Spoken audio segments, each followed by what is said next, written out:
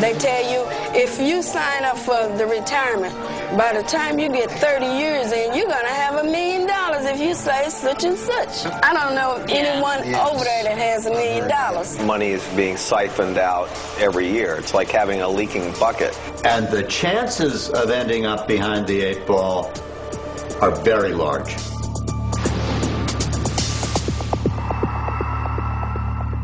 The best things in life are free, but you can give them to the birds and bees. I need More than 78 million baby boomers start surging their way into retirement in 2008, the first generation of Americans to retire with 401ks. These are employer-sponsored plans that allow workers to invest money without Uncle Sam taxing it until it's withdrawn. But something has been draining cash from these plans. Since the creation of the first 401k in the early 80s, all that extra money saved should have been compounding, revving up these retirement plans and making Americans rich. But instead, the average 401k balance for boomers near retirement is a scant $60,000. That's not much more than the median household income in the U.S. for just 1 year. There are a lot of reasons why 401ks are coming up short, like the stock market's steep decline from its all-time high in October of 2007. A less obvious reason, in fact, a hidden reason, are all of the fees that can take a big chunk out of your investment returns. A survey done by AARP in 2007 showed 8 out of 10 respondents with 401ks didn't know the cost of their plans. That's because many of the fees, all of them legal, are buried in the fine print of obscure documents, or are so confusing that might as well be written in a foreign language. Revenue sharing, wrap fees, finder fees, shelf space, surrender charges, soft dollars, 12B1 fees. It's a complicated puzzle. By the U.S. Department of Labor's count, there are at least 17 different fees that can be charged to your plan. Right now, you'd be lucky to find even one of them identified by name on your account statement. And what you don't know can hurt you. If you're paying the same amount for your 401k as some of the people in this program, after 40 years of investing, you can say goodbye to half your potential nest egg.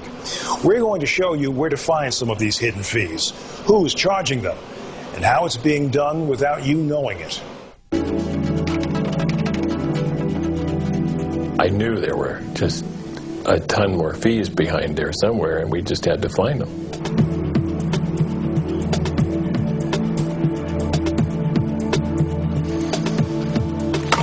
Gerald Schneider of Bainbridge Island, Washington, fits the profile of a typical 401k investor. It's not because he's a baby boomer, Jerry is 62, or because he likes dogs. This is Harry Truman, named after Jerry's favorite president. And living in a log cabin makes Jerry pretty atypical. What makes Jerry a lot like the other 50 million 401k investors in America is that he just saw his 401k balance take a serious tumble. From the beginning of January 2008 to the end of March, Jerry lost $44,108. Those were investment losses that Jerry knew about. It's what he didn't know that's got him worried. After his losses, Jerry now has about $390,000 in his 401k. According to an independent audit of his account, Jerry would have tens of thousands more were it not for hidden fees.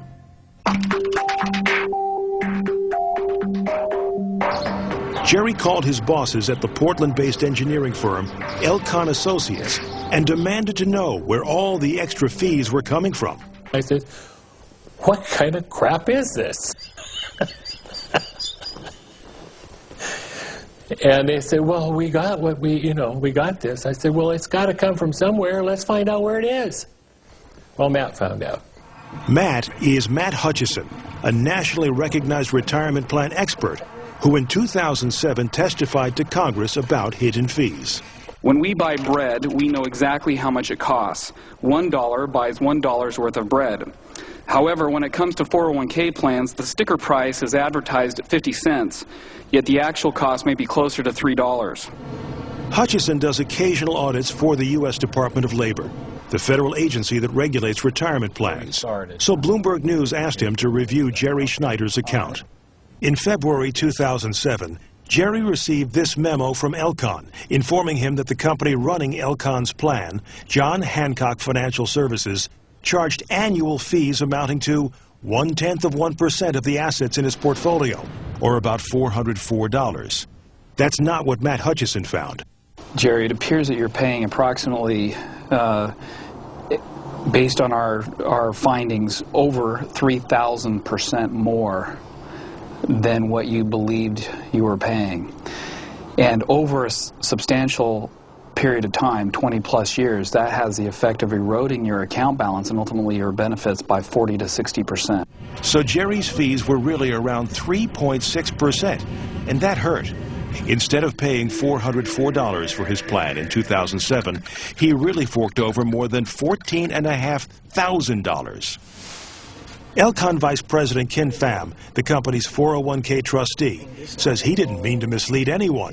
He says he was only repeating what John Hancock told him. I feel that they are not being very straightforward.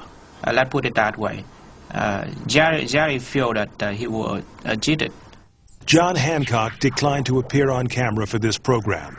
So did officials from Fidelity Investments, Nationwide, and some of the other insurance companies and investment firms that charge workers tens of billions a year to manage their retirement plans.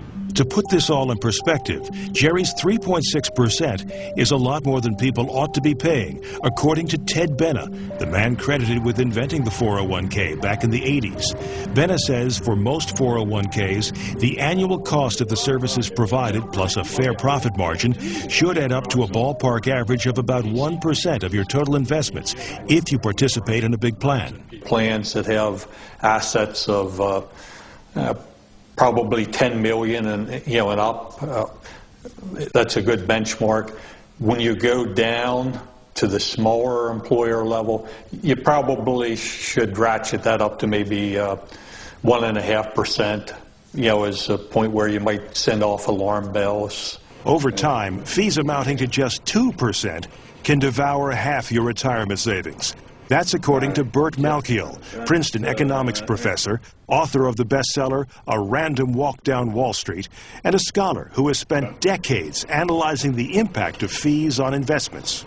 Can you imagine somebody saying to you, let me invest your money for you, and when you're ready to retire, I'll take half your money away from you? If somebody ever said that, you'd say, you're crazy. I'm not going to let you do that. Edward Siddell says this problem is epidemic. Siddell used to be an attorney in the SEC's Investment Management Division. In many of the plans that he's audited, he says investors were paying 3 to 5%. There are some 401ks that I call lethal because they will kill you. They will absolutely kill your retirement nest egg.